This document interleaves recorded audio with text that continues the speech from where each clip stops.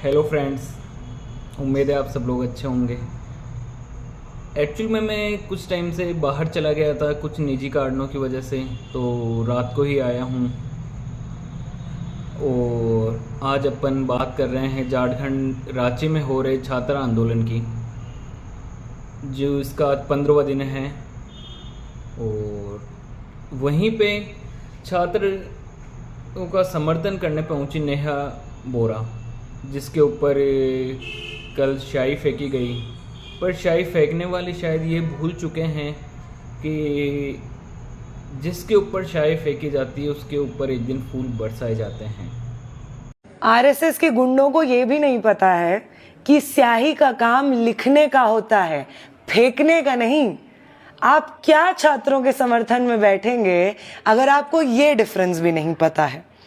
आप अगर ये सोचते हैं कि स्याही फेंक करके आप मुझे डरा देंगे या उन महिलाओं को डरा देंगे, मतलब आज आप स्याही फेंक रहे हो, मतलब कुछ साबित नहीं कर पा रहे हो, पर एक दिन आप मजबूर होकर उनके ऊपर फूल फेंकोगे, फूलों की बारिश करोगे, क्योंकि ये वो शुरुआत कर रहे हैं जिसकी आज पूरे देश को ज़रूरत है। और इनके साथी भी पहुंच चुके हैं, मोहम्मद जुनैद भाई।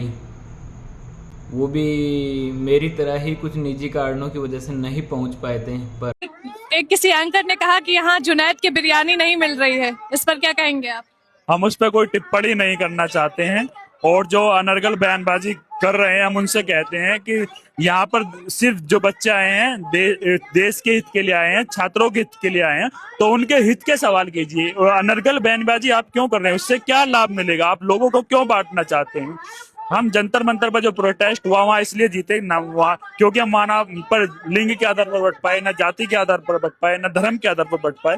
और इसी तरह से हम लोग यहाँ पर चाहते हैं कि लोग संगठित रहें, एकत्रित रहें। जब तक संगठित हैं, एकत्रित हैं, तभी सरकार झुकेगी।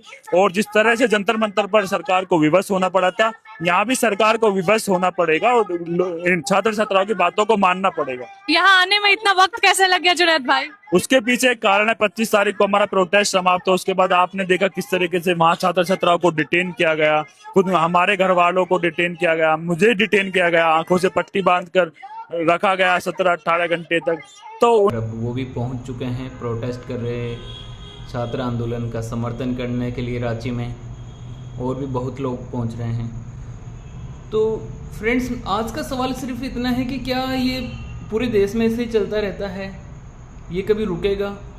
सरकार सिस्टम कभी इस ओर ध्यान देगा छात्रों की तरफ कि हाँ, पेपर आउट नहीं होने चाहिए, हर चीज़ में क्लियरिटी रहनी चाहिए, कि जो मेहनत करने वाला है वो बेचारा पीछे रह जाएगा और बिना मेहनत करने वाले वो मतलब आगे आ जाएंगे, पेपर ले लेंगे, जॉब लग जाएगी, और जो एक्चुअल में मेहनत करके आ रहे हैं वो बहुत पीछे।